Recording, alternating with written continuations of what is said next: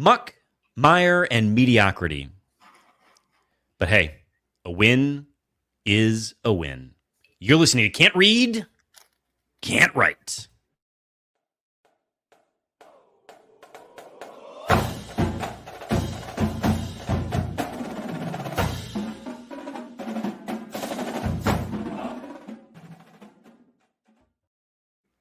Welcome back, everyone, to another episode of Can't Read, Can't Write, the podcast that proves Spartans can talk. I'm Mike Jones, joined as always by the guy with the mediumist hot takes, Kevin Greck, and the guy who got new cans, Alex. Apropos, if I've ever heard one. How are you guys doing? Yeah, but cans, not jugs. On the cans, huh? Cans, not jugs. Cans, not jugs. Listen, I thought that was a great punch-up. The listeners should know that I tend to write most of the cold opens, and this week we have fully 0% of the original content, and I cannot say it is worse. So well done, you. Well, I have my moments. Done. I can write from time to time. You did. This was great. This was really good. I liked it. And anyway, I thought mediumist was a compliment. It's the nice thing he's ever said about me, mediumist. And also, I think they all know I'm the mediumist of mankind. Milk toastiest. Toasters. The milk toastiest of them all. So yeah, it's a good start and accurate. So I'll take it. You know what I'm not going to take? Foreshadowing. Many more drinks of this. The old number 17 from Mike Jones. 14. I can't decide if I hate it or love it. Wow. Wait. On this subject, because I know we just did this. This is not Malord, which I would be praising if it were.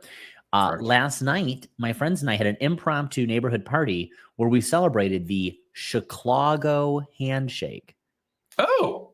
Chicago handshake. Can you imagine what the Chicago handshake might be?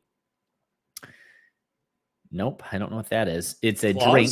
It's a handshake drink. So Chicago is the Malort, and the claw is the White Claw. Oh, really? And so we did White Claw and Malort, grapefruit, and it was not great, but it was fun. And then we made a Malort and Savior cocktail, which had orgeat syrup. No, not horchata. Orgeat. I don't know if it's French. I don't know. It's like an orange liqueur. Anyway, delicious. Highly recommend a Malort and Savior. I'm not sure if that's a legitimate cocktail. Look it up. Let us know in your tweets. And comment on the YouTube channel, which of course we want to thank you for watching. We want to thank you for listening. And if we could ask a small favor, please share the pod with Spartans in your life. Rate, review, and subscribe wherever you get podcasts. Of course, you can follow us on Twitter and Instagram at Spartan_pod. But Twitter, not for much longer. So head over to Blue Sky and you can catch us at Spartan Pod, just at Spartans Pod on the Blue Sky. Greg, you did most of the outlining this week. It's weird. Well,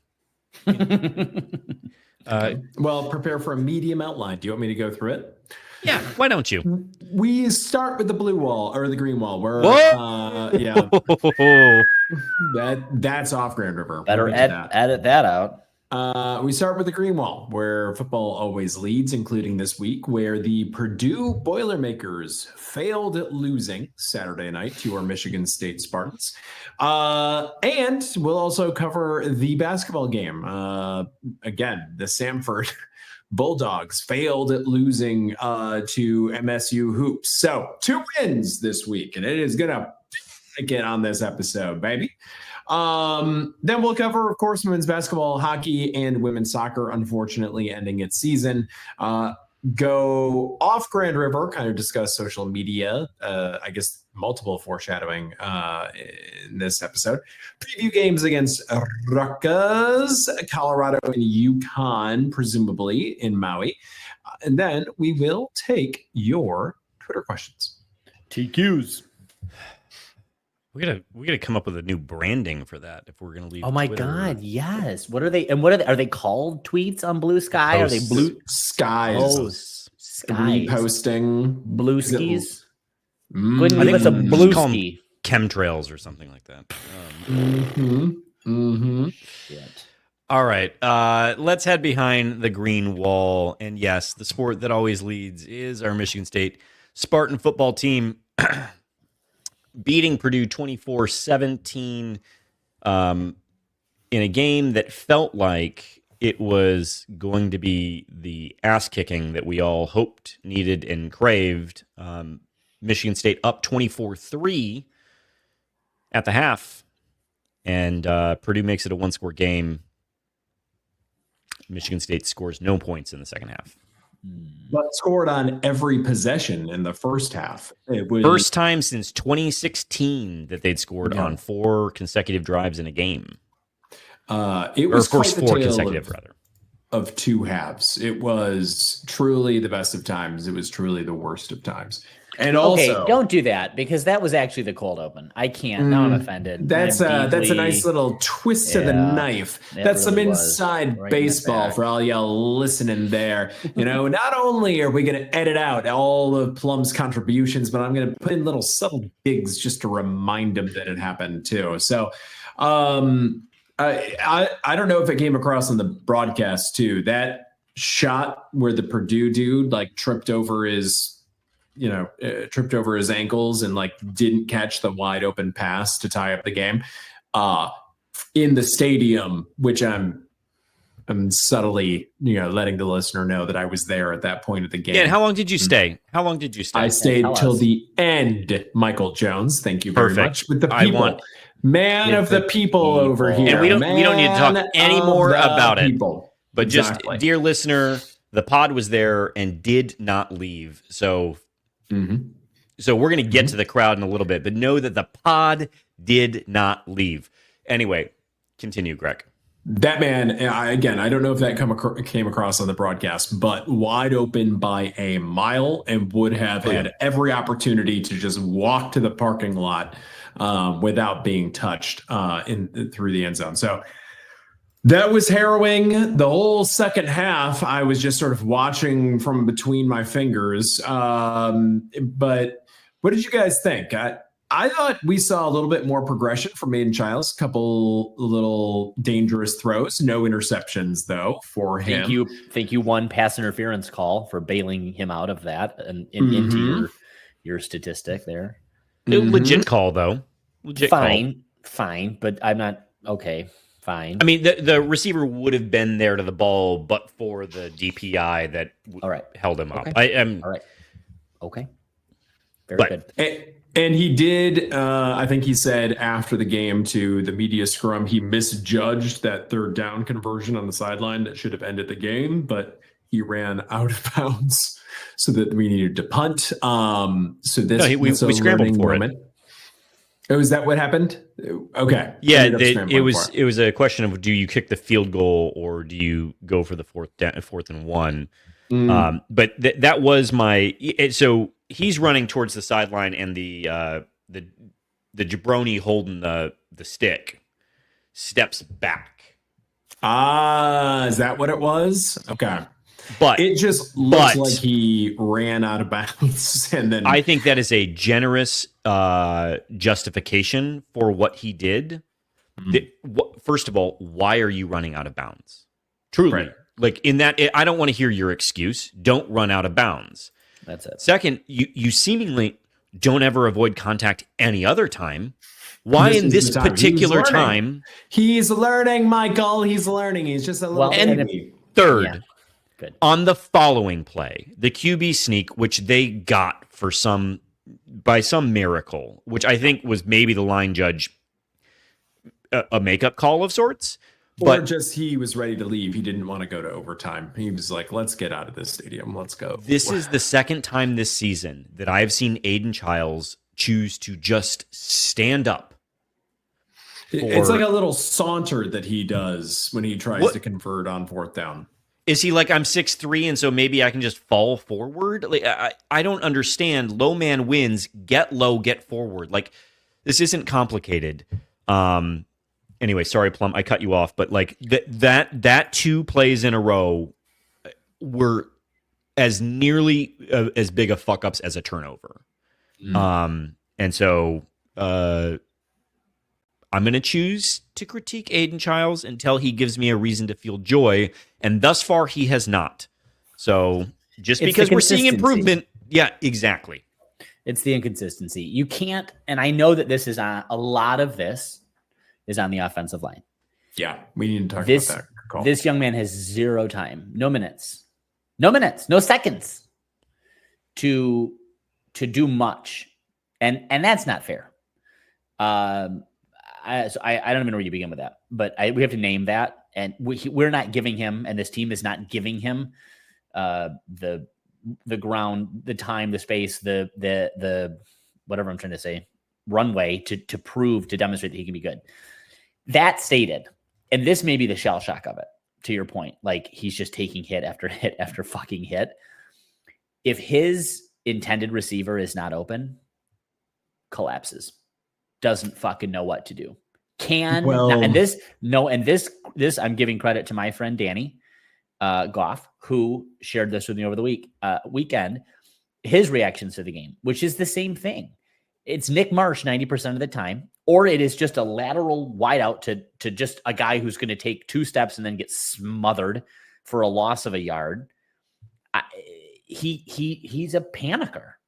And again, I'm not sure that that's unfair when you don't have an O-line offering you any depth, but sometimes he's just broadcasting that guy. I'm going to this guy right here.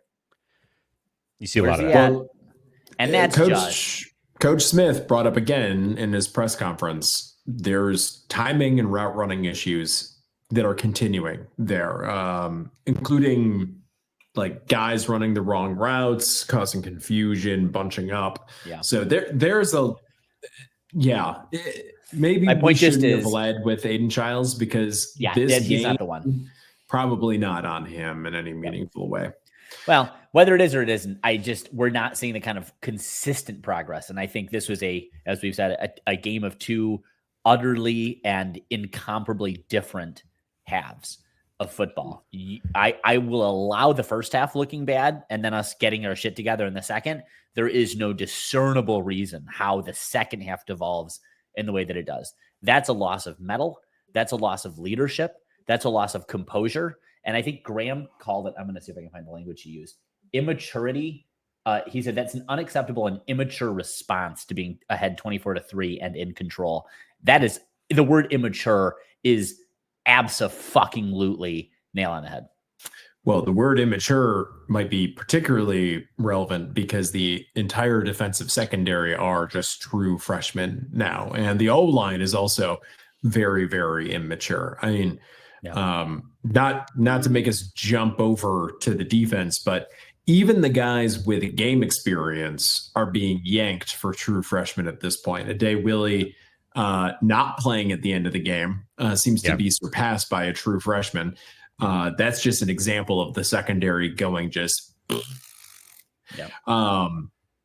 I don't want to harp on the defense too much because I think defense ended up winning this game in the second half. Well, but let's not harp on them for a second because this is a game that the defense finally broke their historically bad, unprecedented no sack streak, notching 3 sacks.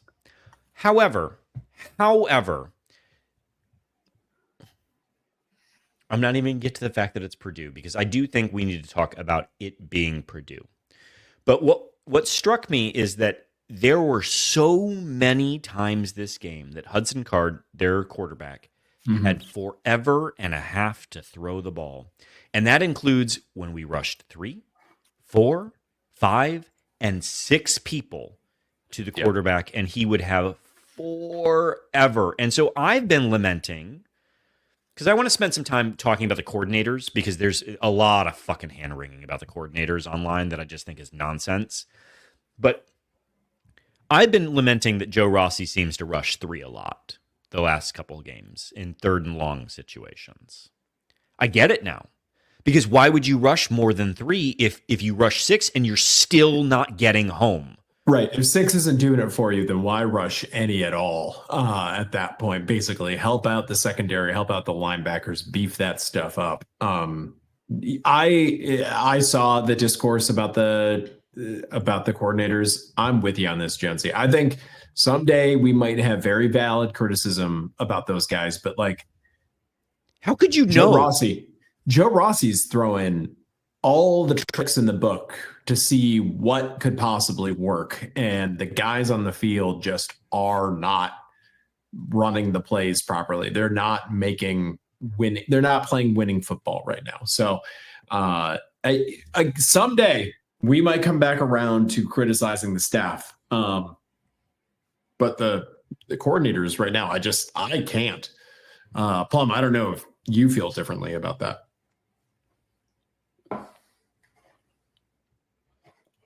Takes a long sip. Yeah, long sip there. What do you want me to say? Yeah. I don't know. I'm so low on the coordinators right now. I don't even have the energy to really think through a substantive, like meaningful critique. I don't think they fucking know what's going on. The injury, I mean, we haven't like dived into the injuries, but there were another 43, I think, guys unavailable this week. So this sort of the entire secondary. Well, that's what I mean. Like, what's going on? Like, is this a revolt? Are they weak? What is it? It is not injuries. It is not like they're so injured they can't. It's just not credible. It's not credible. Alex, football is a contact sport. It's violent. People get hurt playing it. Like I know you're used to seeing people go down to the ground, writhe around in pain, and then pop back up again. Maybe that's and continue what it is. playing. Honestly, maybe that literally is what it is. Maybe You've been conditioned over the years by those guys. I am not able. I don't have any space. Thank you. Maybe that's what it is. All right. I don't know. But I think as far as just to kind of put a bow on the coordinator piece, like certainly Joe Rossi is an improvement over Scotty Hazelton. I think we can universally agree on that. Just look at the scores of the Ohio State and the Oregon games. Like, were they super close games? No. But if we'd put some points on the board, are they competitive? They would have been competitive. They left an opportunity to be competitive for sure. When it starts getting ugly on points scored against Michigan State, the EU ones, is when we've gotten really hurt on the defensive side of the ball. Like Illinois put up way too many points against us, unacceptable levels of points. But Illinois is, technically a top 25 team, and we were really hurt. On the offensive side, anyone who thinks that Brian Lindgren is not leagues ahead of Jay Johnson, I don't know what to say to you. 100%. Yeah, let's do a little Wyoming update. Where is Wyoming football right now? Oh boy, it's not great. It's not great. Let's see. This week, Wyoming lost to Boise State, but not by much. Their defense, the Wyoming defense, held Boise to 17 points, but unfortunately, Jay Johnson's offense only scored 13. So they lost. They lost, put up 10 against Colorado State, put up 49 against the Lobos. Cool. Put up 25 against Utah State. Put up 14 against this is not a good offensive output. San Jose State. So not good. Doesn't look good for the old Wyoming Cowboys. Some key moments in this game, though, like got to give Jordan Turner some credit. That interception was big pick. Yep. Did you get a chance to rewatch it? Mm-mm. It is one of the most incredible catches you will ever see. Like we saw it in the stadium. He like clearly got under there. Like it was, yeah. Yeah, saved the baby. Saved the baby. Plum, you're laughing about something. Just you. Just you. Yeah, that fully. He's laughing at the concept that someone would go back and revisit parts of this game. They would do that to themselves. I don't have self-harm tendencies, so I didn't. The other big news is Jack Velling goes down on a catch up the seam, or non-catch actually, that Aiden Childs took some responsibility for in the post game for Jack being hurt. Tried to look the safety off. It was not effective. Threw the ball anyway. Jack Velling got lit up and went to Sparrow. as a result of it. No maker Apparently stuff. in good spirits, talked to Coach Smith after the game. It sounds like it was just extraordinarily precautionary. I'll say on TV, he wasn't writhing in pain. He didn't go into a fencing pose as far as I could tell. Like, he was just down. Eyes were open. I'll say that. They brought the board out and the card on the field immediately. They didn't even hesitate for a second. So there was something about the hit or the way that he went down that indicated Clean hit. Like, but so anyway, hopefully he's back. Because I'll say this: Brendan Parachek, who came in relief, was not good in this game. He is you mentioned Coach Smith, one of the people that ran into, I believe, Nick Marsh, because he was in the wrong spot on the field, routinely missed blocks. Like, he had a bad game, a really bad game. So that's your 4-star tight end that, hopefully get some good practice reps during, knock on wood, bowl practices. Because we need, Felling's going to be gone at some point in time. Though, if it's all right, I'd like to chat about Purdue and the whole idea of Purdue coming back. Their coach is a dead man walking. Mm-hmm. They were 1-9 coming into this game. Oh.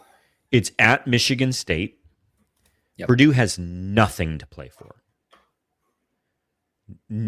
They have less than nothing to play for. I mean, dignity. I guess you can always play for dignity. I guess. I mean, that's kind of what they did. Well, and so maybe credit, frankly, to Ryan Walters, their coach, that because this is not the first time this season. In fact, last week they did it too, where they've made these late game charges after being down by similar margins in the first half. And so he's got his dudes playing, really fiery on the sideline. I'll say that, which we've got some questions about later on. But I think it bugs me that a 1-9 team was able to do this. I don't care. I don't care how hurt we are.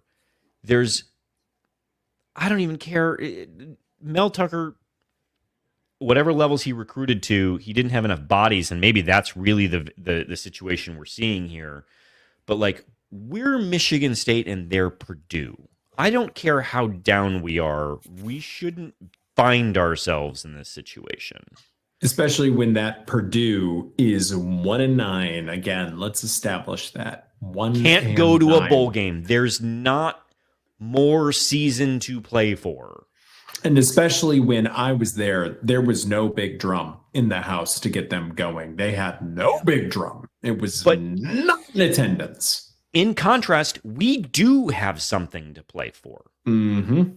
We do have a bowl to make. And so, look, I am not pleased about this game at all. I'm also happy to count it as a win because it means that this Saturday, is it Saturday? We play? Yeah, Saturday.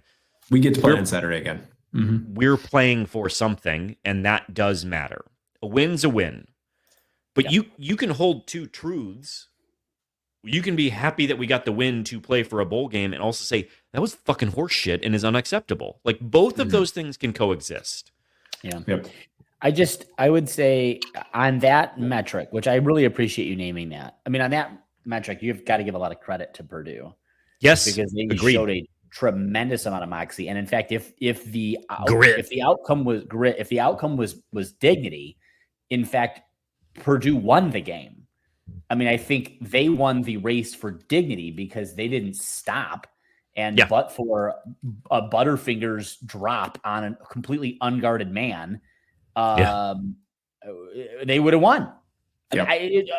Probably. So, I mean, it is utterly silly. And I think for me, that's what makes Saturday's game against the Butler concerning, because although Rutgers is already locked their bowl bid,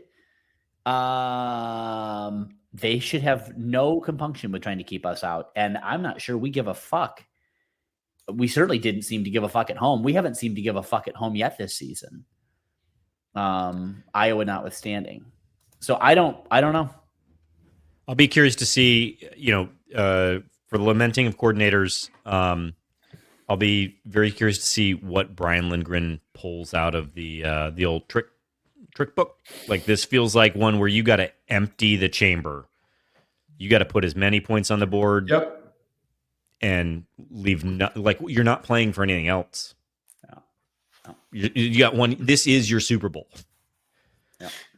And if you've got nothing else to drink, then we can recommend the Planetary Pineapple Rum, which is apparently what we're drinking here. Yes. It's a rum. Yeah, I wouldn't have grabbed rum. I thought that this was like a sipping. I thought this was a liqueur or something. Pineapple I thought rum. for sure this was a bourbon. Yeah, this is not for me. If you want a pineapple rum, though, then by all means, go for it. Or if you can think of a good drink that a pineapple rum would go in. I swore it was banana, but I guess no. Pineapple. Funny. I get it now. I can taste it now. But I was like I was with you. I thought it was like a cherry whiskey or something. Well, It's like a I nice said, looking I'm not sure if I bottle. love it or I hate it. No, but no. so maybe that makes it worth a try, dear listener. Try it for yourselves. Yeah, dear listener, tell us. Go out, buy this, spend your $32, and then tell us about it in the chat below. Thanks. We should see if Mike Jones, for anyone who actually does provide some proof of purchase on something that we've consumed here, if he can get involved in some sort of a drawing of some sort, or Malort for the winner. Malort, anyone. Malort. With proof of purchase, Malort. Well done. Should we talk some hoops, or do we want to say anything more about this game? No. Let's go on. Let's go to shooty hoops. All right. From one inspiring victory to another one. Help us. This one I actually do think there's plenty to be inspired about, and thankfully it's been nearly a week since it's happened, so time smooths the edges. Michigan State survives Samford 83-75. Samford, this was a weird game. I think most notably, Samford played the most bizarre defense that I've ever seen. I think the best description I heard is that what if Greg Campy's defense was actually good? Okay. But it was a zone that Greg, did you call it amoeba-like? Yeah, that was me. No, I don't know who said that, but it seemed like they were throwing a bunch of different zones, I thought, at us. Yes, several different zones, but the sweet spot in a zone seemed to never be there. That sort of top of the stripe, top of the key was just never there. And yet Michigan State puts up 83 on it, despite starting 0 for 9 from behind the arc. And Jeremy Fears having easily his worst game of the season by a lot. Yeah. In the first half, MSU goes down 13 at the 10-minute mark, but then fights back to be up. What was it? Were we up 10 at the half?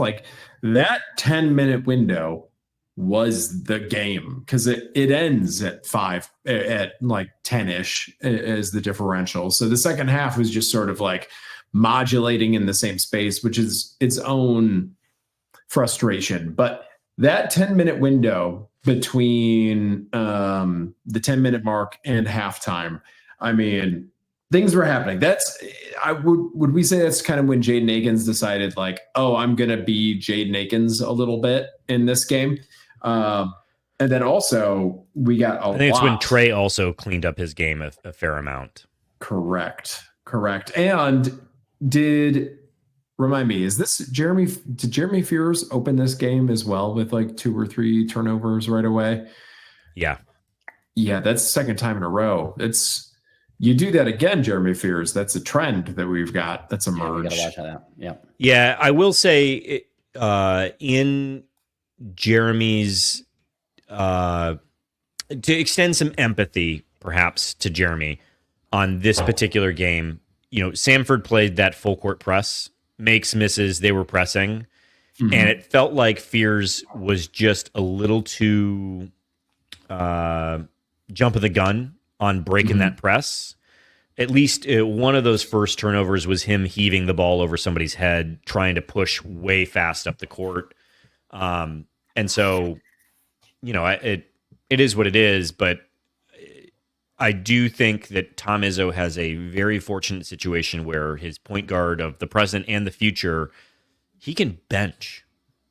I mean, he can use playing time on him to teach lessons, and he did here, and that's, I think, a positive for the program. He did. Jeremy Fears only 13 minutes in this game to Trey Holloman's 30. And that was with Trey Holloman shooting 1 for 9 from 3. We got to come back to that at some point. The big thing in this game, though, was Jace Richardson is continuing to assert himself on the program of I will not be denied. I have a real role in this team. Played 25 minutes in total, the third most on the team. And his injury, thank God, it sounds like will not be long-term. They expect him to participate in Maui.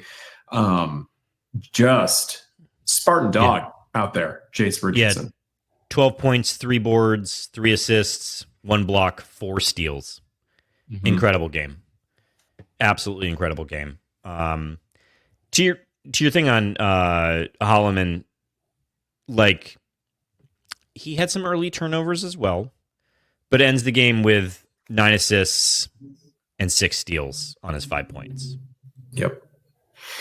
And we do have to talk about Jaden Akins. What I liked about this game, getting to the rim, Jaden Akins, not settling for his little spots on the floor, although he did take a couple of those. 3 for 7 on threes. You'll take that. You take 3 for 7. For him, yes. I'll take anything more than 2. For this team, I would take 3 for 7 gladly. No problem at all. But a lot of his points 42% at the rim. And that means to me that he's starting to take games over. Try is the word. Thank you. This is the first time he played like a man. Yeah. Can I just say, sorry, finish your thought. Oh, I mean, this is the most aggressive. He got a T. He got teed up. That's where I was going to go. But it pissed me off. I'm going to let you go. It pissed me off because he ended up fouling out of the game. Tom Izzo was questioning the ref on it. He said after the game, he's like, I know this kid. He doesn't do what could he have possibly said that was that bad? But I'll tell you what, I will take Jaden Akins growing up, bodying people regularly and getting a technical if this is the moment. Sure. Anyway, Plum, sorry. That was you did my point. Oh, totally no. No, it's great. I thought for sure you were going to I thought that for sure you were going to be like, technical, weak sauce. Well, it was a bad tech. I mean, let's be explicit. Jaden Akins is I owned it. Last season, I did the same fucking thing. And I got in a guy's face and the ref was right and I was wrong. And it's no, the referees are never right. Your intent, the system works because we're in tension with each other. The refs are never right. We don't want you to think that we're right. We want to be the asshole. That's our job. You have to live in the moment of your eccentric anger and whatever else because you're in the moment of it. Never say that we're right. That's not helpful. You're not winning anything by that. You've got to be deluded so that you can be effective. So I didn't appreciate his retrospective sort of giving referees credit. But here he was I was just being emotional. And it's shut up, you fucking idiot. Take the points. Just take the whatever we're giving you. This, you wanted to just give him this praise and he won't even take it. He's no, I'm still a nice guy. I was just emotional and happy because my guy had the best fucking dunk of his life. Oh Lord. So even when we're winning, we're losing with Jaden Akins. I don't know what to say about it. I hope you're right. I want this to be the moment. I'm willing to hold up some energy on that, but I got to see it against more than Samford. And aside though, Samford, which is located in Alabama, refereed a lot of their soccer games. Beautiful campus right in Birmingham, Alabama. Yeah.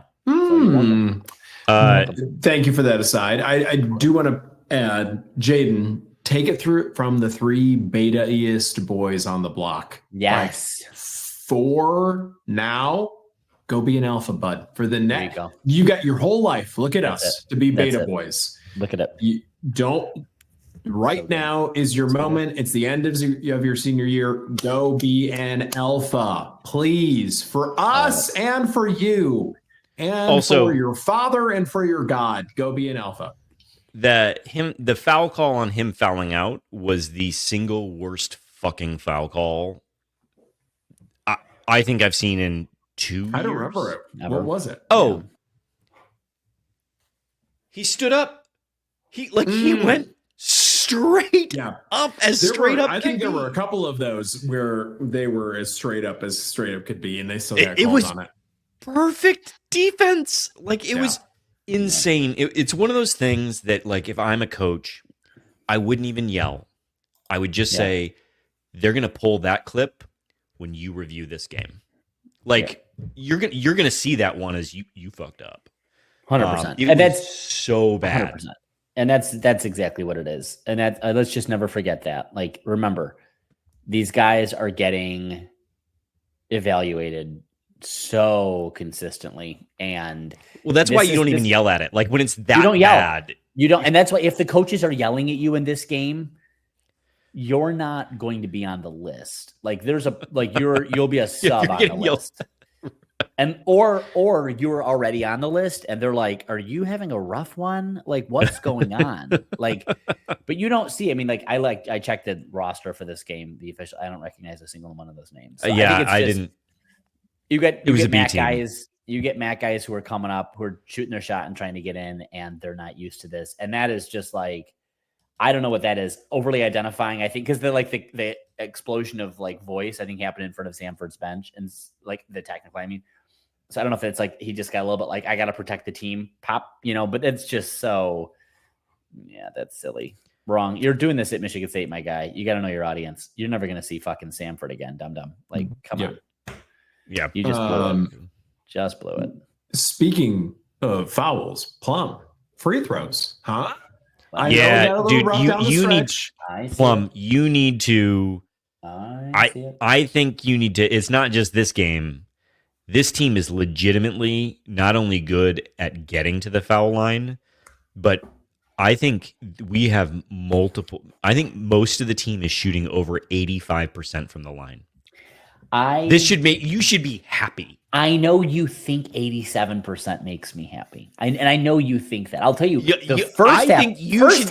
should be the one on this podcast right now blowing sunshine up our ass because you're so was fantastic. 100% shooting. But listen, this is where you're both wrong, and I'm going to be explicit about this.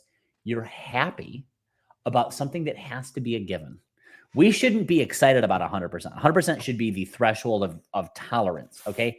87, 83, 87 on the game. You've set up a situation where you can't be happy. I'm a Michigan State fan. What are you fucking talking about?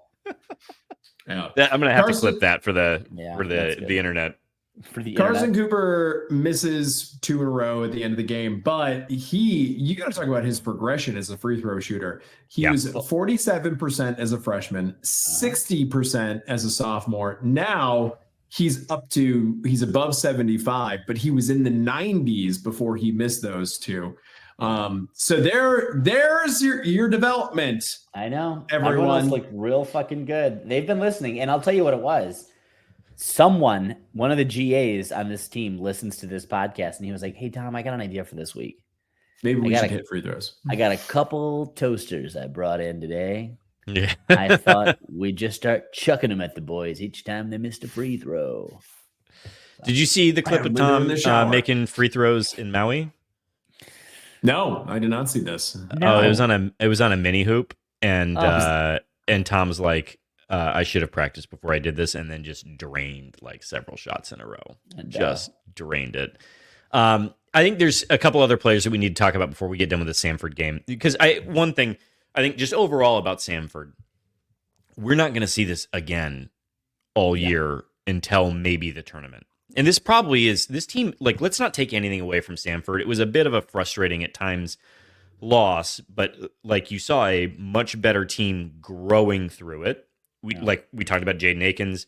They start 0 for 9 from the 3-point land and then end up 7 for 15 for the last half of the game. Like you saw good things out of this game. But this team, Samford team, plays fast as hell. They press on makes and misses. Like you're not going to see this. And they run this weird zone. And give credit where credit's due. This is a team that also took Kansas to within 2 points in the tournament last year. They're very good. They're very well coached.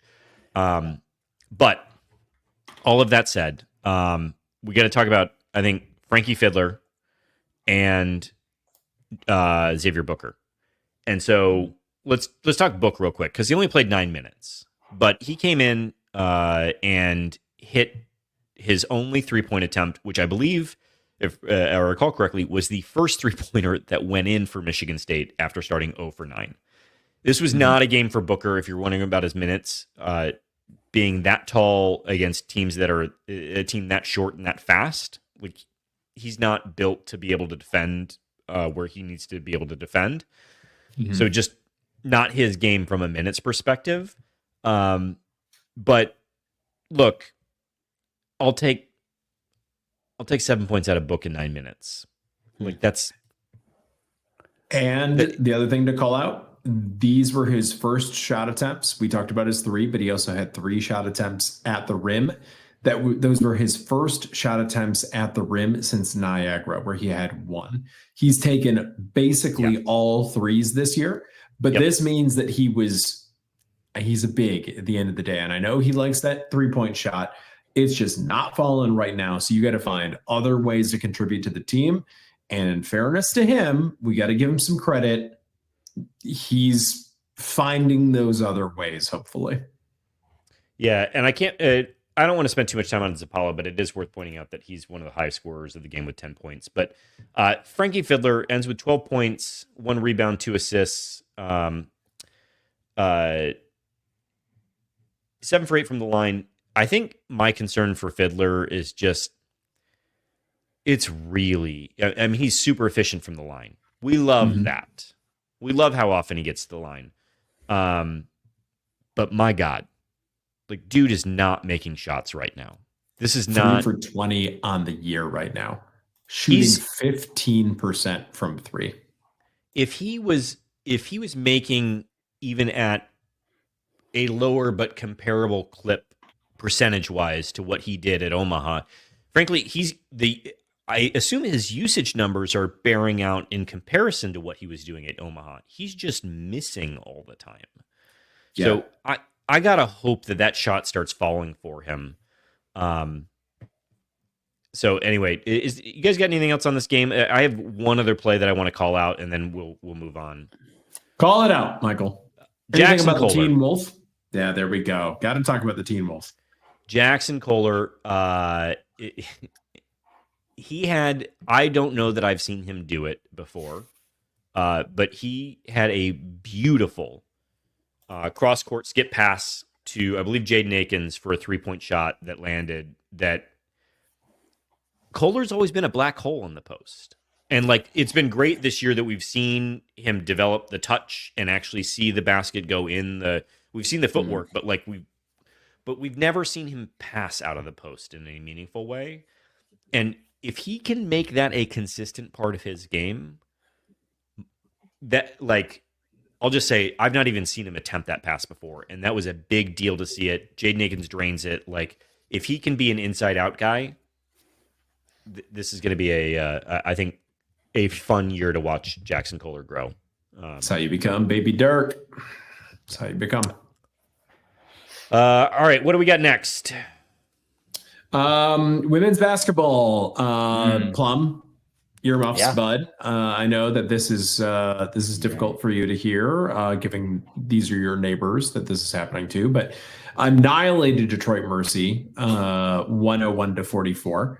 So Freilich continues the warpath. Also of note, we asked at the beginning of the year why the tempo-free stats websites don't include the women's game. That is no longer true. Our friend Bart Torvik now has a whole women's section, And way to in the go, Tempo Bart. Free Stats. Come on, Bert. Way to go, Bart. Ally. The Bart is always the ally that you most expect. The women's team now up to 23 in the country in the Tempo Free Stats, which would be okay. There's a lot of Big Ten teams apparently that are very good this year. You got your UCLA's, you got your USC's, you got your Ohio States, you got your Maryland's. But still very excited about that. They are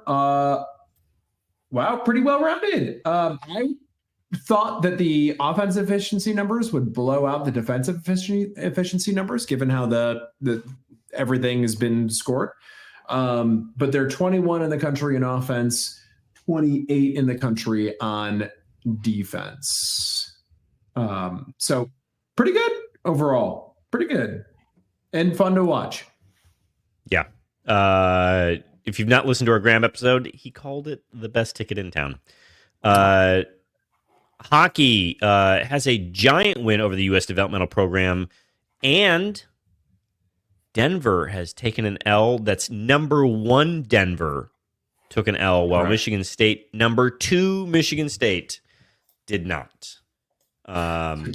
Keep an eye out for maybe number 1 in the country. Not in the pairwise rankings, but in the voter rankings potentially. What is the pairwise? Is the pairwise out, or just does it need more data? The pairwise automatically updates, and MSU is number 2 in the pairwise, behind Boston College, I believe. It's not real then. It needs to be pairwise or bust. Just saying. One of them's used for selection, and one of them's not. Yep. Well, they're gonna, in all likelihood, knock on wood, absolutely smoke Lindenwood this week. So let's see how things shake out with the other teams, and yeah. And finally, Plum, have you ever heard a story about Michigan State facing Duke in a tournament, and how has it turned out? Yeah, it really is too bad. The women went and I think the second round of the tournament. They unfortunately their seeding was third. Was it third? They made it to the third round. Okay, so they got out of the first round. Yeah, they beat Texas. Oh yeah, they did beat Texas. Well, unfortunate. Sweet 16. Yeah, it was a Sweet 16. Yeah, it's never good. Top seeded, I think, Duke. Top 1 or 2. Yeah. Yep. Tough pull in the tournament. Tough pull. And so it is what it is. Yeah, we don't tend to fare great against them in the Sweet 16. We did in 2004. It was a great year. I remember that. Year.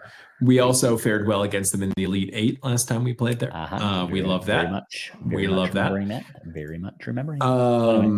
But this was a great run for them. It was a great season. I think getting into the Sweet 16 in the tournament is wonderful. I think if they didn't play Duke, they probably would have gotten to the Elite 8, maybe even a Final Four run. So this is a great team. They've got a great coach. They've got some youth to them. We should expect another really banger season. I just cannot say enough about what Jeff Hostler is doing with the program. Great job. Speaking of not being able to say enough, let's talk about Mama's Mercantile and Eatery. That's clunky transition. That was beautiful. Love you. Greg had to mute. He's laughing so hard. If you're not watching him cackle on YouTube right now, you're screwing up. Anyway, you can find Mama's Merc on Instagram at mamas.merc. That's at mamas.merc. And if you can't spell that, you can just go ahead and head on over to the YouTube channel, and you'll see it on the banner right now. But Plum, let's mix up the ad read here. What's your favorite thing at Mama's Merc? I've had a lot. I mean, the brunch is. I cannot say enough good things about the brunch. I have to say, the burger's fantastic. I've not had the Lions burger or the other specialty burgers, but I can't imagine they're bad. But every fucking thing on that brunch menu was bomb, just bomb. Pizzas are good too, but go for the brunch. Go for the brunch. Get the bloody. Get any of the cocktails. Their cocktails are good. I'm upset. I haven't been in enough. I need to go back more. That's it. I thought you were going to answer that question with the company. Plum is the best part of Mama's Merc. The people. But it's fine. Have we been there together? No, Greg, you can't give that as an answer. Oh, you're hateful. Greg, what's your thing? And then you can go ahead and share where you can find Mama's Merc. I just want to remind everyone that there's $3 domestic bottles and that with your 10% off from Can't Read, Can't Write, those become $2.70 bottles. And those are on So- Saturdays and Sundays for the Michigan State and Lions games. So, Yeah. So where are you going to do better than that? It can't be done. Get yourself to Mama's Mercantile and Eatery. yeah, mention Can't Read, Can't Write. As Greg says, you can get 10% off your invoice or bill. Sorry, not invoice. And Invoice? Yeah. What is it, like net 90 on that thing? yeah, no, it's net 60. Just send it over to them. But Can't Read, Can't Write. They'll give you 10% off your bill.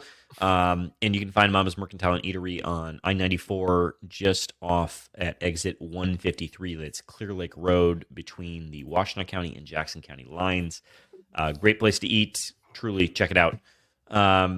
We've talked about listener Mike Jones. We've mentioned that we're now on Blue Sky and that we're leaving Twitter after the bowl game. Okay. I think we got to stay on there to some degree to keep an eye on the discourse, but okay, continue. Maybe we don't participate in the discourse, we just monitor it, but I get it. Go for it. I'll take it off my phone at least. So There you go. Track me. Anyway, I don't know, like, when we record these, it's always oddly timed because we don't have the latest playoff rankings, which would maybe be something to talk about, but whatever. Did you guys watch the Arizona State game? It was on. I had it on. Did you see the ending of it? No. What happened? I missed this. Okay.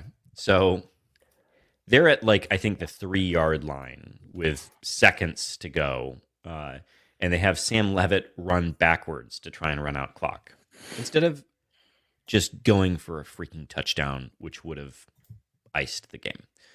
So they have him run backwards. He gets sacked for, I believe, a 28-yard loss. So just like sprinting in the opposite direction. Okay. I mean, it's BYU also, so there's got to be some tomfoolery at the end of these games. But continue. So that happens. They run some clock. Then they have him run backwards again. I believe it's a 10-yard loss this time. And then there's, I believe, 7 seconds left on the clock. And so then they have Sam Levitt hoist the ball into the air, assuming it would take enough time off the clock. Ball goes out of bounds. The students rush the field because now Arizona State is headed to the Big 12 championship. Mm-hmm. Well, it Turns wasn't out. done. Yeah. There was a second left on the clock. So BYU now has the ball in very competitive territory. I'm not sure what happens on the next play, but BYU does not convert on their Hail Mary. But for some reason, the students rush the field again, thinking that they've won the game. But lo, on a technicality that truly I do not understand, because there was 1 second on the clock, BYU gets another stab at it. And they have to clear the students again from the field. The end of the game took a collective 45 minutes to resolve the final 7 seconds. And to see Kenny Dillingham, I believe that's the coach's name, right? Sure. Lose it on the refs twice. With like students around him, police, his wife is next to him. Oh, and God. he I believe he accidentally elbows his wife like in fury at on the second, like, no, we're putting one more second on the clock. She knows what she did. Anyway, look, I think the Pac-12, or not Pac-12, I'm sorry, Big 12 is not serious as it relates to long-term competition in football. But my God, I'm jealous. Like, I'm supremely jealous of everything that Arizona State got to experience in that game, or frankly, even BYU got to experience in that game, particularly with the expanded playoff. Like, for the moment, they're allowed in. And that was as close to what college football, I think, used to be. Yeah, the joy And of then, in the post game, Dillingham shows up wearing a collective hoodie and is begging fans, saying, "Did you think this was fun? Did you think this was fun? Would you like more of this? Then you need to give money because our kids are undercompensated. And if you'd like them to stay, you need to give them money." And he says this with players next to him. So anyway, like it was a delightful, wild end to a college football game that like is so much fun. And then it was real. And then the real college football rears its ugly head once more. It was, I don't know. It like, and the subtext in all of this is that it was fucking Sam Levitt who just took his team to a Big 12 championship. So championship game. Yeah. Sorry, game. Yes. Oh yeah. Well, we knew that Sam Levitt was the real loss. Good. Yeah. At last. Yeah. I mean, seemingly the only person who didn't know that was Harlan Barnett. Yes, we were on this podcast asking week after week why he wasn't playing because he was clearly the only quarterback with a pulse. Anyway, if you get a chance, find those clips. They're delightful, particularly him elbowing his wife in fury at the referees. Also, I don't need to ask, like, who in the media was like, this is why we can't have court storming. It's this, it's that, blah, blah, blah. There's a lot of those talking heads that I have some respect for. I'm sure Jay Billis chirped in on this subject. He loves to talk about this one. He loved probably everything about this. He got something to talk about not storming the court and players getting paid, compensation stuff. Those are some of his favorites. I forgot. I do like Billis though. We didn't. I didn't put this on the outline, but down. Yeah, forks down. But it's also like I'm seeing a lot of like pretenders. It's like what did you think was gonna? What do you mean? Did you hear the lamenting that Ryan Day ran up the score? Yeah. Did you watch the game? Plum, did you watch the game? No. They were in victory formation to end the game. Victory formation at the 2-yard line and ran a trick play out of it to score a touchdown. They looked like they were going to kneel the ball, and they were like, nah.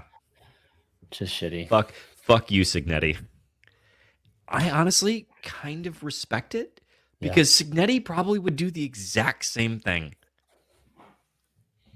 And they know that he's never going to be in a position to twist the knife on them. So, well, someone pointed out. I'll give credit.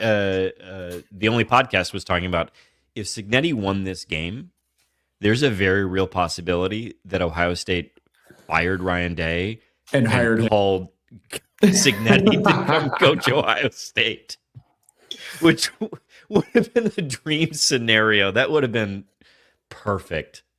Anyway, should we do these Twitter questions? Yeah. Well, right. we got to do some previews. Oh yeah, do those. I'm gonna go grab a brew. So Rutgers is coming to town, and if you guys don't know, they are the Scarlet Knights. Now, Plum, let me ask you something. What in the hell do you think a Scarlet Knight is? It's gonna be the reddening of the sky right before nightfall. The Scarlet Knight. Oh my God, if only. It sounds like the Scarlet Knights are just nothing. It's just they used to be Queens College, so maybe they were going to be the Queensmen, but they were like, no, I don't want that. What's still kind of like Queens adjacent? Knights. Okay, great. And then also, what's our color? Scarlet, which I guess at one point was going to be orange because they like their whole Dutch ancestry thing that they've got going on. Or at least that's according to this Yukon SB Nation blog that I'm reading from 2010. The history of the Scarlet Knight, not really well documented. And I think that's because no one over there cares. Yeah. This is the institution that hosted the birthplace of college football, and they don't even know where on campus it happened. You don't have to actually know. Pick a spot. Just say there and have a place that everyone has to go to, you idiots. How do you have the birthplace of college football on your campus and you can't even make where it happened? 100%. What's wrong with you? The fumbling of that. And that is they built over it. They built over it. They built over it. It's where their inflatable practice dome is. Seriously. Yes, that is where their inflatable dome is. You'll never be taken seriously. A Scarlet Knight is nothing. You don't even know where the first football game was played. You're living off when you've got. Congratulations, you can make me physically ill with your Havana syndrome football AV system. That's it. That's all you have going for you. Your students have to drive on the highway to get to their bars. You're not a serious institution. I love how tickled Mike gets whenever you come for them. No, but the Havana syndrome is so... Dear listener, if you've not been to SHIT Stadium, then you need to go because the Havana syndrome is real. So it is loud. the most real thing that you will ever experience in your entire life. The tailgating, though, we should give credit. Yeah, they're nice people, good people over there, who also tell you all the same things that I just told you. Some of the most self-loathing fans I've ever had the pleasure of interacting with. But there's a lot of ways we can relate. Yeah. But still, unserious institution and one that shouldn't be in the Big Ten. And you do have to take a bus across the highway to get to the bars. Sometimes people refer to Rutgers as in New Brunswick, and sometimes they refer to it as in Piscataway, and that's because the answer is yes. Yeah, both. Yes, and. 2 different cities. So eat your fat sandwiches until your hearts explode, Rutgers fans. Bring on that sweet release from this mortal coil. So previewing this week, basketball. We are going out to Maui, where we'll first be playing Colorado, number 69 overall on Ken Palm, 96 on offense, 60 on defense. They're a solid team. Have they played anyone? Yeah, it's a good question. Let me bring up their schedule real quick. No, Eastern Washington, Northern Colorado, Harvard. So, and I believe a double overtime win against Northern Colorado. That Colorado is State? Correct. Northern Colorado, double overtime win. So, not a very good Colorado team, and a team that I guess on paper better than Samford, but still a team that we should dispatch fairly well. Next, though, assuming chalk happens in the tournament, you've got UConn, number 6 in Ken Palm, number 9 on offense, number 6 on defense.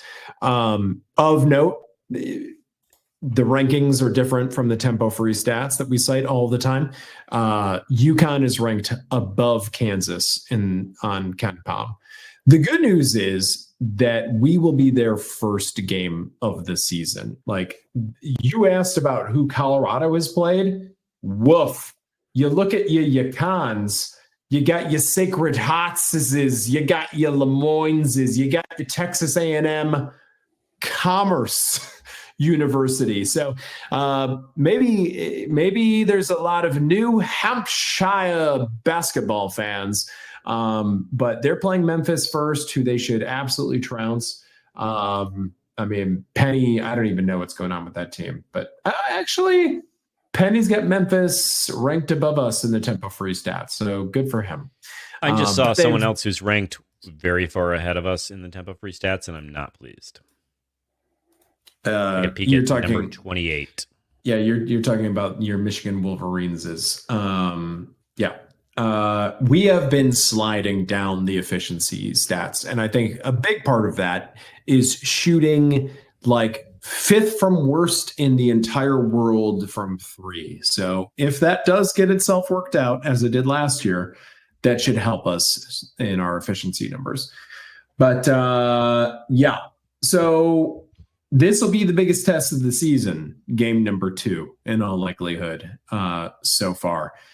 Of course, UConn, double defending national champions. Going to be a tough game, and they've got the horses over there. So we'll see how all of this goes. I was on Locked On Spartans this week, hosted, of course, by Matt Sheehan, and he put it, I think, best of. Under the circumstances, this is an absolutely loaded bracket. It doesn't have your Dukeses, so the normies probably don't look at it this way.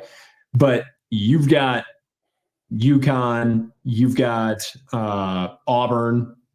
If all their guys make it in the flight out to Maui, I don't know if we've had any updates on that. Among others, like it is a stacked bracket over there, and it'll be great if we could get out of this thing 2-1. That would be my goal. So that's borrowing from Sheehan, who put it best. Guys, I don't know anything that you would add for these games. It does sound like we're going to get Jaden Akins back, which is a necessity. Jace, pardon me. Yeah. Jace Richardson, thank you, which is a necessity to be competitive. So anything else, guys, that you want to add? No. 3 games, 3 days. Get excited. Yeah. I mean, by the time you're listening to this, yeah. We're going to actually have to publish this on time because the game will be tomorrow night. Kevin, can you do that, Kevin? It's all on you, Kevin. We'll see. I'm not offering to help. We're not getting out of this episode without a title. So everyone start brainstorming as we head to Twitter questions, which we are doing now. All right. First up, listener Mike Jones. What's one of your family's Thanksgiving spread that you usually don't see during a typical Thanksgiving Day dinner? Greg, I'm assuming matrix gruel for you. Plum. Yep. I don't know. I think it's pretty common. I don't think we do anything special. Maybe is green bean casserole common in Thanksgiving? Yeah, I think so. All right, then we're boring. I don't know. The canned cranberry sauce. I mean, I think that people still do that. I like the canned shit. That's that Flint right there. The irony of you and matrix gruel, Greg, is that it is sort of a chunky white-ish substance, which is not your thing. Anyway, there's an exception to every rule, I suppose. Next up from listener Mike Jones, is it inappropriate to push shopping carts into people's Achilles tendons when they are oblivious to everything around them and always in everybody's way at the grocery store? Okay. I've asked myself this at Costco many a time. Move. Why? But I'm the guy getting hit, and I'm like trying to move. I don't know what it is. I got hit again today. What is it like at the self-checkout at Meijer? There's like a very localized carbon monoxide leak where everyone's just like, half awake. And it's like, this is supposed to be the express lane. What? None of you have anything better to do during this time? Let's get this moving. I'm here for 4 things. Please, let's go. I wish I could hit all of them in the Achilles with a cart. Next up from the Key Ski, I'm going to throw this to Plum. Least inspiring win ever. Discuss. I think we have. Welcome to Blueski. Old Blueski. I hope you Blueskied us these questions. No, that's right. Very uninspiring. In fact, dejecting. It was dejecting. So we're going to see what the Butker can do for us. Let the Butker help us. He continues on with Rutgers in late November to salvage a bowl. Sucky. Absolutely sucky. Again, they have no reason not to absolutely savage us, and they should. Well, can we pause for a second though? Because sure. I know at one point in time after that Iowa game when we felt like we were. Remember that? It was like a different lifetime. Yeah, we thought, they figured out how to run the ball against a good run defense, which has proven to be a really good run defense through the year.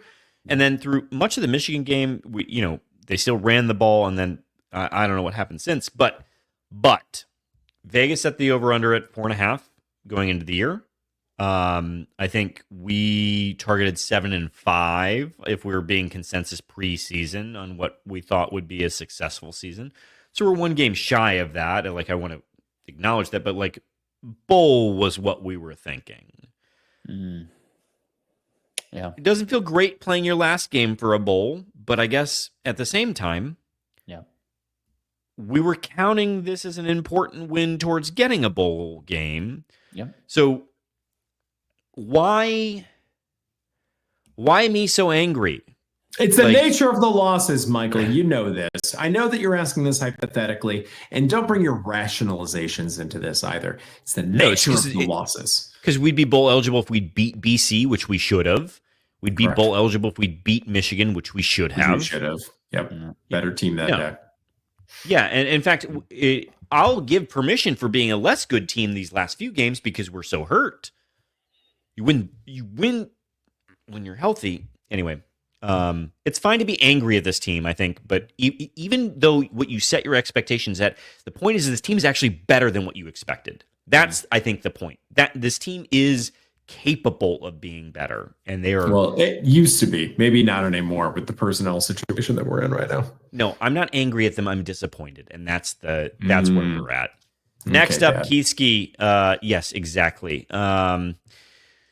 Watching MSU, then watching the Lions is like watching two different sports played by two different species. Plum, local Lions fan. I mean, it's just lovely, and I don't know. I can't explain this, but if there was a way to get Dan Campbell to offer some coaching lessons, maybe, or inspiration lessons to Jonathan Smith. Jonathan's a little gray. I don't think Jonathan Smith's ever gnawed off a kneecap in his entire life. I could be wrong about that, but 100%. So we'll see. We will see.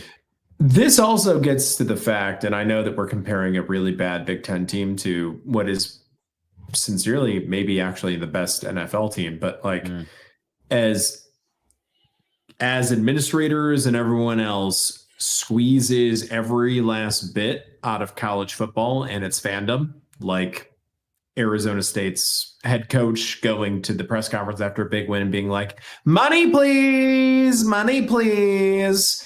We need to get that John Ralphio, by the way, sound drop. We need to get that for. Well, that's Mona Lisa, I think she says it, but yes, I appreciate. Oh, is it? Yeah, you're right. Yeah, it is Mona Lisa. You're right. But still, like, this will start to become a problem. Like, the product is so much better in the professional leagues that if you start turning college into professional leagues and you start removing all of the joys that makes college sports, as we are doing, can't watch them anymore. Going to the game is a worse experience. You hit up for cash all the time. This is going to continue to be a bigger and bigger problem. Where if you want to actually watch better football, you're going to do that on Sunday and do your chores on Saturday. Yeah, I think if I can just tack on, because the charm was that everyone was bad before. Yeah. Like, I don't want there to be I don't want NFL light teams. And this I like that everyone was bad. That maybe the Ivy League did it best, where they all got together and they decided we're going to be bad on purpose. These are student athletes. We're not having the same amount of practices that we did before. Like, we're all going to agree to the same level of suck. And they're not having the problems that Division I, the scholarship football teams are having. Yeah. Yep. All right. Next up, Beth Amaro. Hey, Beth. Don't want to think about football, so I'll ask a question that's been on my mind for a while. Who drew your great caricature, and why is Plum's head so flat? Greg? Oh, that's a Mr. B list. Who has not been participating in Twitter questions? I think she's got us recently. confused. No, I think it's just because you slept on your head when you were a child. You were just too on your back. It's fine. But don't worry isn't about it you? No, Aren't no. you the middle It's guy? open for interpretation as to who that is. So don't To worry about who's it. who. But if Beth, we're looking at hair, Beth, you if we're got looking us- at hair, if Beth, we're looking you at hair, got us- ask. Beth, you got us mixed up here. Sorry to say, you're talking about Michael B.P. Jones. No, absolutely not. Next up, Beth, we're going to move on from your question. Jason Fry. Great question, Beth. Great question. Keep them coming. Jason Fry, Pur'Don't discredit a win when your team is in desperation mode to just get a win. Purdue acknowledged just how pathetic it is to be excited about a win over a horrifyingly pathetic Purdue team. Just don't galooly our own kneecaps by losing to Rutgers. I'm here for that. I'm here for that. Jason, you added an S you shouldn't have. Very good. To the Butger. Next up, Jordan Villarreal, long time, first time. Welcome, Jord. Jordan joined us on Blue Sky. Had never joined Twitter and not participated because he was not going to give Elon his stuff. So okay, Jord. Yeah. All right. Anyway, also can't ask this one to Kevin. So Michael, also, why is Chick-fil-A so overrated? It's a mediocre piece of chicken on a soggy bun and not open on Sundays. Sunday is a prime travel fast food day. Grow up. That's a good point. Well, that's a good first question. Great first question. I think it's because they hate the gays. But also, if we're just going food-based, you're right. It's mid. It is mid. Give me a Wendy's spicy chicken sandwich all day, every day over anything Wendy's from Chick-fil-A. God, I love a Wendy's chili. We're going chicken. We're going chicken. Wendy's is superior for a variety of reasons. Not to mention that they've diversified their fucking menu. Case in point for why they hate diversity at Chick-fil-A.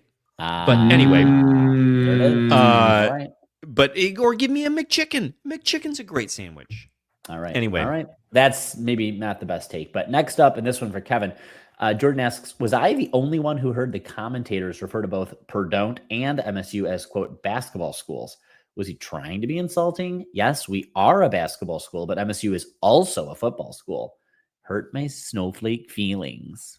And I didn't hear this because I was there the whole time, which we are reestablishing. That's on me. Fuck. I'm sorry, everybody. But no, I mostly wanted to use this. It was a good chance to remind people that Greg was there the entire time. Yes, I was. We did not talk about that. This has happened before, and it will happen again. People are fools, and they don't know things. Although certainly from the attendance while I was there at the end of the game, we did kind of look like a basketball school. But can we listen? We've got 3 Big Ten championships in the last 10, 15 years. So this is a football school, and Tom Izzo would tell you that first and foremost. We also have that number of Big Ten championships in basketball in the same His name is on the football building. But Greg, you were there. It seems that the students, and I actually on a Friday night, I give the students a slightly higher pass than I do for people who paid for tickets, drove to East Lansing, and then left the game as if they didn't know what the weather report was. But anyway, the students seemingly actually showed up. Yeah, impressively so in the first half. Again, in the first I'm going to quarter, actually give the students a pass. The rest of you rich jabronis. Anyway, but no, shut up. If you want to hold a game at 8:00 and have it be boring and in the rain on a Friday night, the students are going to leave one way or another. The students have things to do. So I'm with you, Jonesy. Yeah.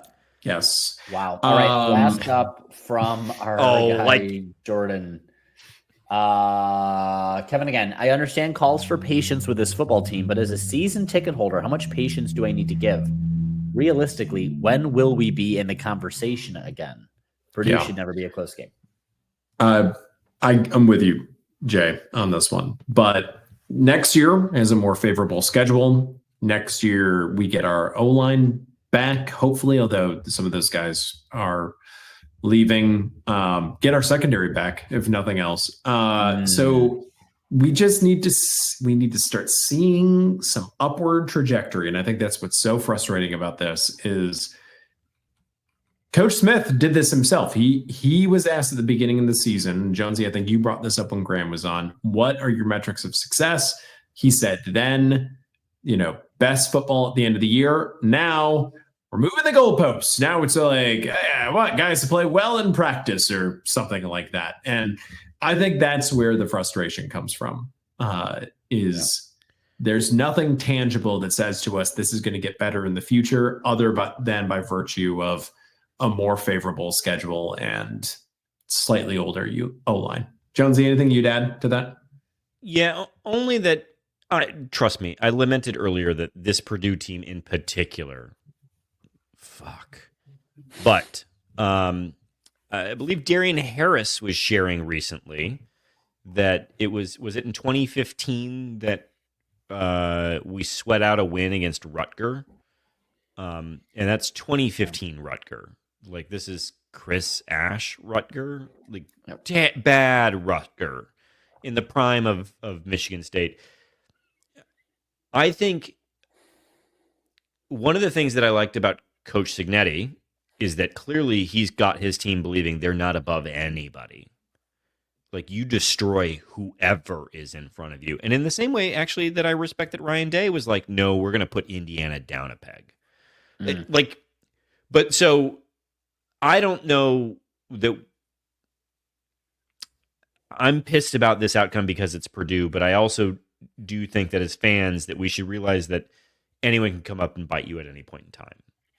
And so a win is a win.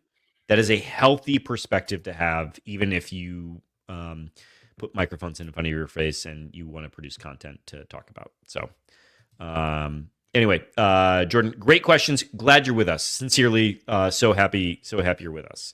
Hope to see you next week. Next up, Cedar Village Bagel. I cannot find it in my heart to be as upset or confused as I am. I don't understand this question. Comment. Because it does seem like you are finding it in your heart, but CV how can Bagel, you both acknowledge it and right. Listen, CV Bagel, find something nice to do for yourself this week. Enjoy friends and family, and then this again. Enjoy this.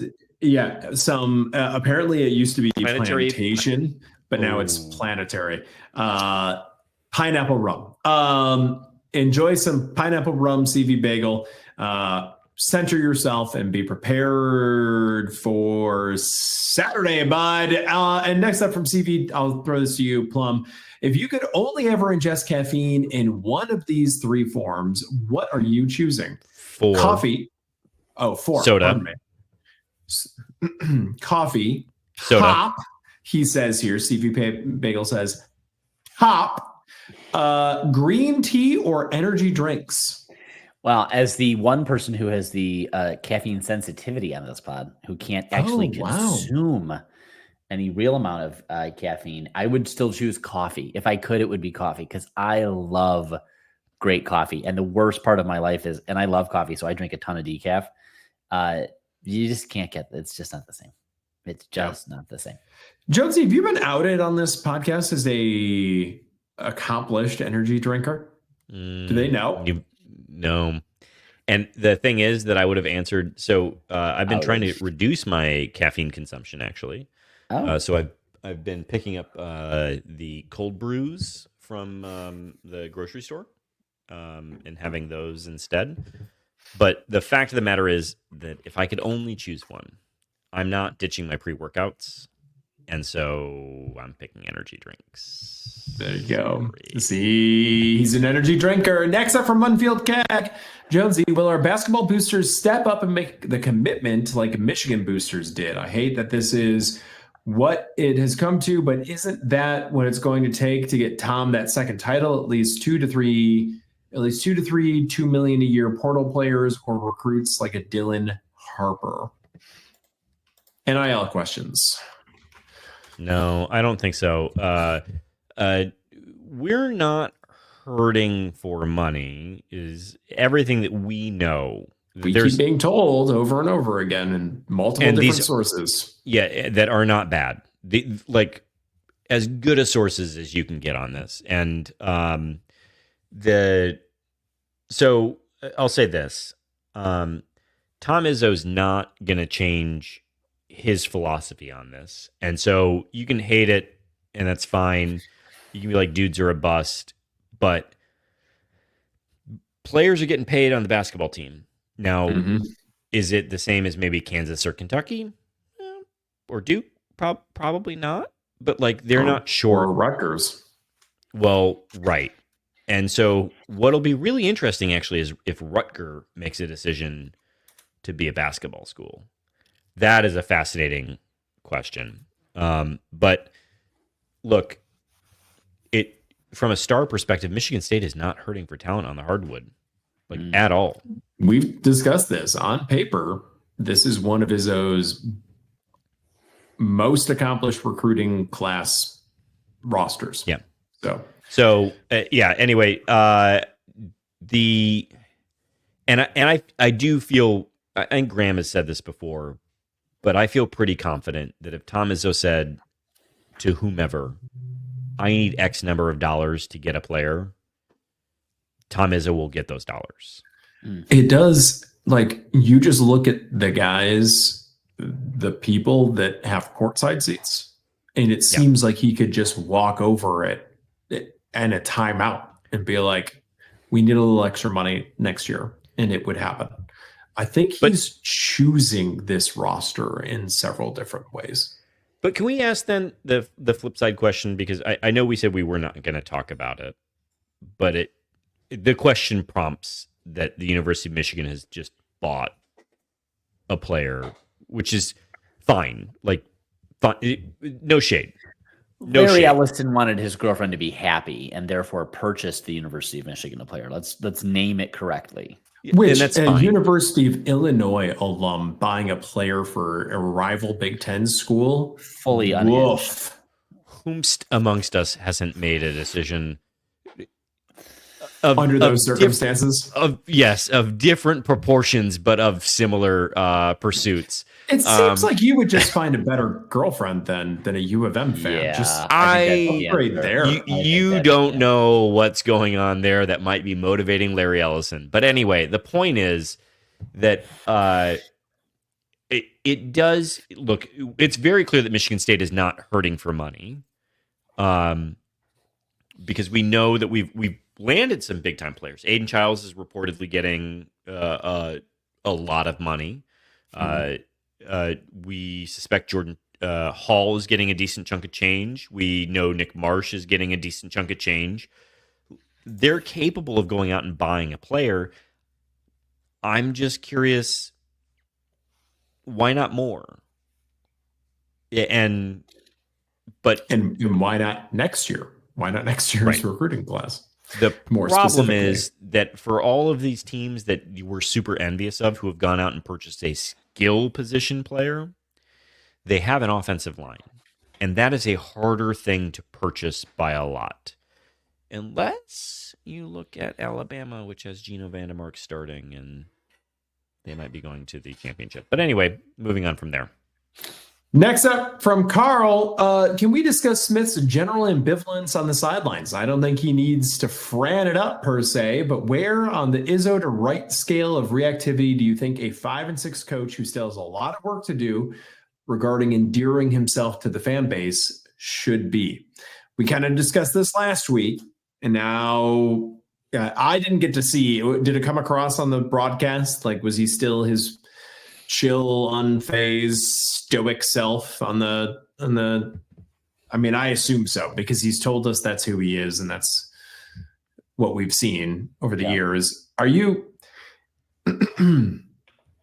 it does seem like throwing a little emotion in might go a long way when you're losing, but it is what you want when you're winning. So when he turns this thing around, and I'm choosing to say win there, then this stoicism becomes an asset.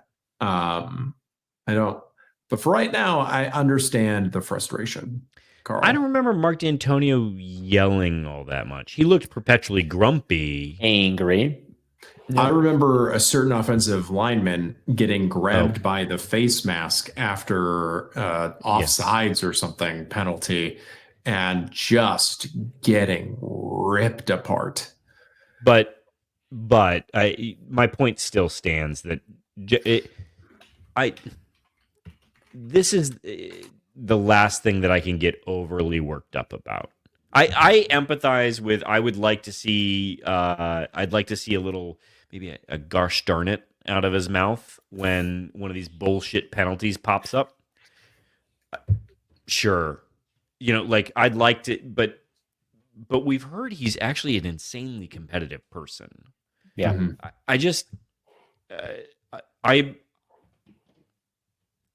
there's a value add question. Like, who's that for? Because if you're being really honest with yourself, it's for you, the fan. It's for me. It's performative as fuck. Yes. And like, so who cares? He won a lot before. We'd like him to win a lot again. I don't give a shit. But I do empathize with anyone who wants it. Like, I understand, but if you look a little inward. Yeah, take that next breath. Take that next step. Who's it for? It's for you. It's not for managing a football team. It's not for winning. Like, it's not for anything other than you just want him to acknowledge that you want him to feel as upset as you are. And I get that because I'm upset too. I would like to see it, but like, it's not for anything. Anyway. Next from Ali, we'll note host of the Search podcast, who asks, are we all idiots, especially those who had podcasts devoted specifically to the topic of coaching searches? And you'll note, other than, of course, being on the record as flag raisers, as I recall, Ali, I think all of you, 3 for 3, raising the flag over there. But if it wasn't going to be Urban Meyer, I think they all were fairly happy with Coach Smith at the time. Again, raising the flag over there, first and foremost. I think it's still too early to tell. I know that there are concerning elements of this team, but I think it's still too early to. The recruiting's more concerning than anything. There's nothing about this team is concerning to me. Yeah. Next up from Molly, if Jonathan L. Smith, the L stays until proven otherwise. Ooh, rough. That is unkind and unfair. Rude. Dropped an F-bomb in a press conference. Would that change your outlook on him? I think, Jonesy, you just kind of covered that. I want to go back to this, though, that Plum has asked that Malik Hall be taken behind a barn and be shot. And that not was murdered. Just gently. No, it was in his other knee. Gently It was in his other knee, is what you Grazed. said. Other knee. And was I want to be grazing clear situation. that was less offensive to me than the L that you just put in his name. I like. He needs cowboy boots. If you're going to put the L in there, he needs at least lightly. This is a man who went boot. to Kilimanjaro instead of recruiting. Tread lightly. Yeah. All of us. And right, finally, next. from Ali, ACL recovery update. Sometimes you make progress, sometimes you have setbacks, and you decide you want to amputate your leg. Oh, bud. Which staff do you want to see replaced in the off season? I got it. Yeah, Chad Wilt. Chad Wilt's got to go. It's the defensive ends coach. Sorry, bye. And special teams co-coordinator. The special teams, remember earlier in this year where we were like, what a refreshing breath of no, we're starting to see some real regression over there, Chad. Next up from Pepe Blam, mother of Horst Jones. I did not realize you were joking about the blue site thing. I signed up.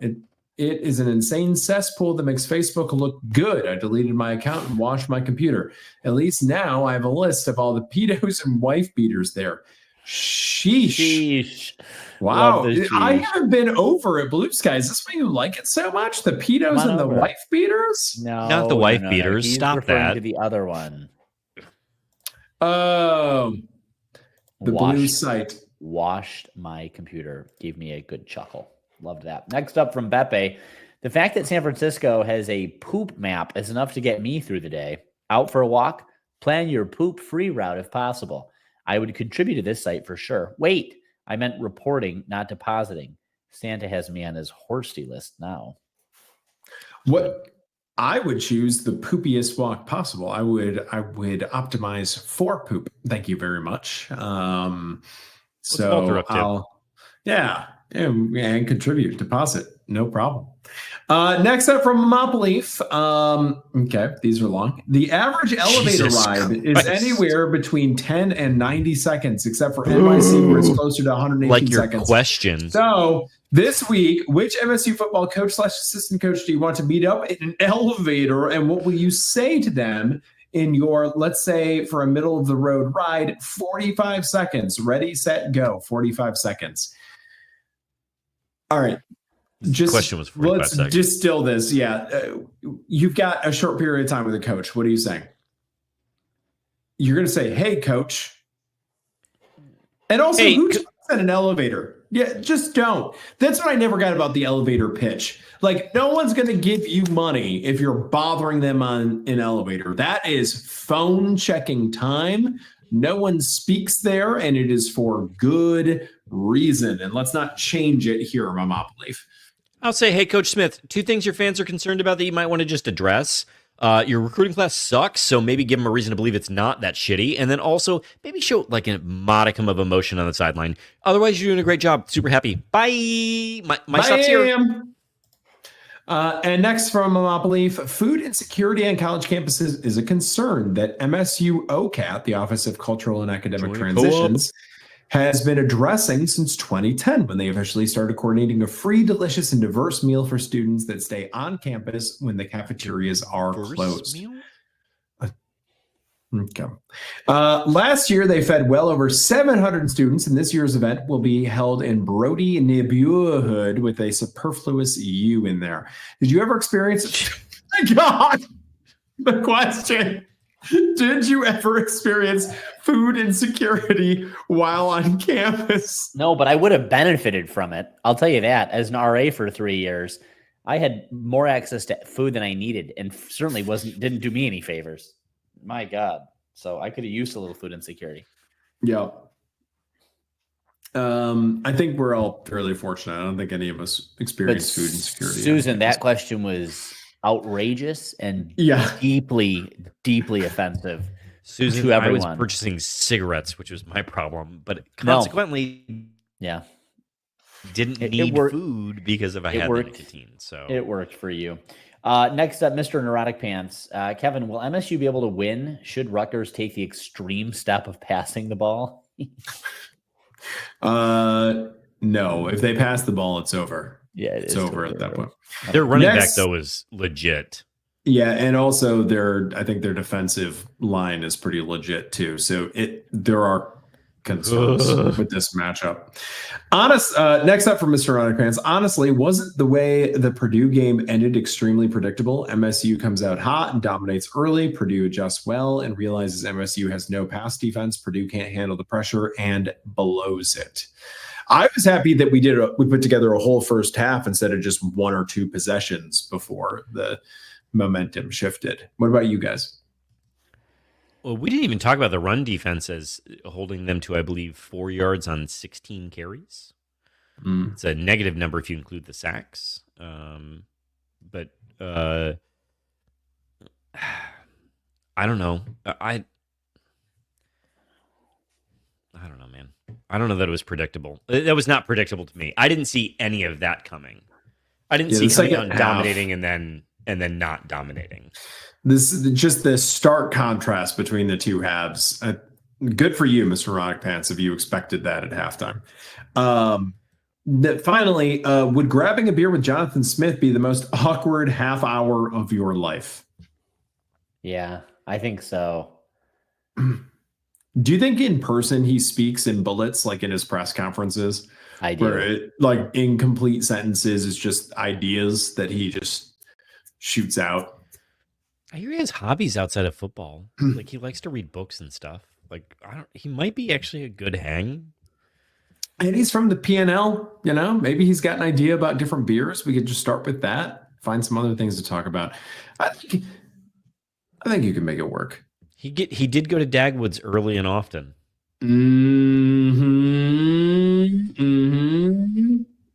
And finally, from the Upper Deck Jerk Guy, why Grooch no on Blue Sky? Maybe I am Upper Deck Jerk Guy. Jonesy found me earlier this week, found my handle. Did I? In my banner, using one of my cards. Oh, Jesus. Next up from Upper Deck Jerk Guy, that would make me so happy if that was you. That would make me so happy. Next up from the Upper Deck Jerk Guy, how many football players transfer out? And what will be the biggest name? Plum. Oh, God. I would say 20 and Nick Marsh. Yeah, the biggest name. Programs are going to throw big money at him, and he'll have no reason to stay. What reason except for the big have to stay unless the big money that he's already getting? I guess maybe. Why couldn't they give him bigger somewhere and an opportunity to actually win games? So. Next up and last up, what should the annual salary cap be for college football? $75,000. I don't care. I don't care that that's ludicrous, but it should be. It shouldn't be anything more than that. They're getting a free fucking education and this insane potential to just be insane. And $75,000 could be done for every player across every team in the country, probably for the same amount of money that is being shelled out right now. Can we agree to injury insurance at least? Fine, 100%.